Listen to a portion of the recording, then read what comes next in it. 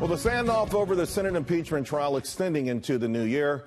We are still waiting to see when Speaker Nancy Pelosi will send the two articles to the upper chamber. Some Republicans argue the Speaker is in contempt of Congress and that impeachment isn't valid until she transfers the charges. Arizona Congressman Andy Biggs sits on the House Judiciary Committee. He's also co-chair of the House Freedom Caucus. Happy belated Christmas and New Year to you, sir. Congressman Biggs, where do things stand at this very moment? Well, where we are is where we were about a week and a half ago, where Nancy Pelosi is basically holding on to the articles. She's not transmitting, and she's softly kind of backing away from her original reason why, which is that she wanted to leverage, she wanted to control the U.S. Senate trial, which she cannot do. And so the question is, and you've asked it and you framed it right, is she going to transmit? And if so, when is she going to transmit? And what impact is that going to have? This is unlike any other time in the history of this country where you have the Speaker of the House trying to control the Senate doing its constitutional duty. Beyond the hubris of the Speaker of the House trying to dictate how things go in the Senate, it feels like the Democrats, particularly Nancy Pelosi, grappling as this thing lingers on. It hasn't really served them well with respect to public opinion polls, fundraising, and things like that. And I feel like perhaps they've entered into an area and they're not sure how to get themselves out of it. No, I agree with you. I think they kept, as they were going through this, and remember, Nancy Pelosi said they've been trying to impeach the president for 2.5 years. Every time they thought something would happen, whether it was the Mueller report, the Mueller debacle on TV, whether it was the actual open hearings after they had closed-door hearings, you get to this point, and Nancy Pelosi says, well, okay, well, then the next step then is to try to control it in the Senate. It has not played out ever like they thought it would. In fact, it continues to worsen for them and improve for President Trump and the public sentiment toward President Trump, because I think we all look at it and say, this is an aberration. This is abnormal. This is not the way this should be done. And I think deciding that you're going to hold the articles and not transmit is just one more example of a misstep politically, but also a trouncing of the Constitution that we as inherently, as Americans, understand that's not the way it's supposed to be. In the meantime, former Vice President Joe Biden has gotten himself into a real pickle, suggesting that he would not even testify if he was subpoenaed. I want to share with you the sound of that along with the audience. Let's take a listen.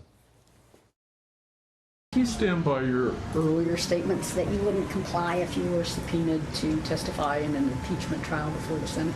Correct. And the reason I wouldn't is because it's all designed to deal with Trump doing what he's done his whole life, trying to take the focus off him. But Biden did tweet yesterday. I want to clarify something I said yesterday. In my 40 years of public life, I've always complied with a lawful order. In my 8 years as VP, my office, unlike Donald Trump and Mike Pence, cooperated with the legitimate congressional oversight request. Representative Biggs, obviously, I think he spoke with candor to the Des Moines, Iowa, to the Register, but, trying to clean this thing up. It's interesting that the Senate is being accused of things that before the impeachment trial even happens. And here Joe Biden is saying, hey, I'm not even going to cooperate. Yeah, I mean, it's interesting that he had to clean it up, but we've gotten used to Joe Biden having to clean up stuff. So, but the reality is, I think when he was speaking the first time is exactly where he stands. They believe, the Democrats believe, and the left believes that whatever the Senate does is not going to be legitimate. And that's part of the problem. And so Joe Biden is saying, I'm not going to go. But reality is the question over executive privilege is an entirely different matter than what he's saying. He's trying to conflate an actual subpoena given to him by the Senate with what the president was invoking, which was executive privilege, which the House had the right to go to court and examine that process. And they chose not to because they wanted to get a hurry. I mean, they said we're too big of a hurry to do this. And now we see that they're really not in that big of a hurry after all. But Joe Biden, I think, would show up because it's a different animal than executive privilege, and he would be subject to contempt.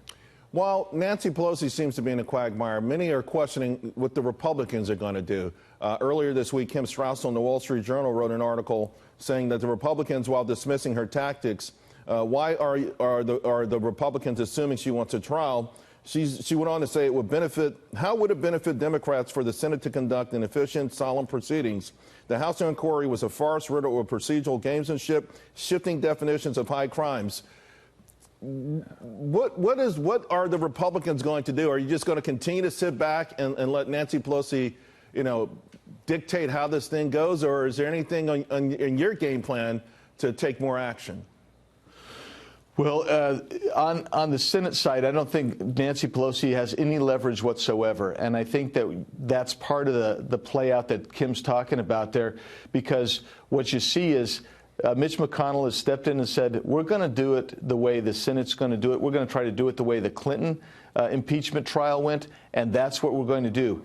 And so I think McConnell has all the cards in the Senate right now. What Nancy Pelosi is going to do is continue to obstruct and run over the Constitution. There are some things that we can do. But remember, we're in the minority until the Republicans get the House back. All we can do is introduce resolutions of condemnation, those types of things. Let me just ask this then, because some are saying that this is really now about the battle for public opinion. Mitch McConnell saying earlier in the month that there's no chance the president is going to be removed. Senator Murkowski is suggesting a couple of days ago she's uncomfortable with some of the things McConnell's saying with respect to Republicans in the Senate coordinating with the White House. Do you feel like maybe you are losing or could potentially lose the public relations aspect of this, even though many consider the whole thing a farce to this point? Well, I think the way the public opinion has gone so far is indicating that if you hold something that's not fair, that is egregious, and you tell lies to the public, which was what we saw over and over again, then you're going to lose public opinion. But as long as Mitch McConnell is willing to have a Clinton-esque type of procedure, the problem for the Democrats is if he holds a true, solemn, real hearing, letting the Democrats from the House come over to try to make their case, it will actually show the dichotomy between this rush to judgment, this horrible effort in the House. Congressman Andy Biggs, thank you very much again. Happy New Year. Appreciate you coming on this morning. Thanks, Charles. Happy New Year to you and your family as well.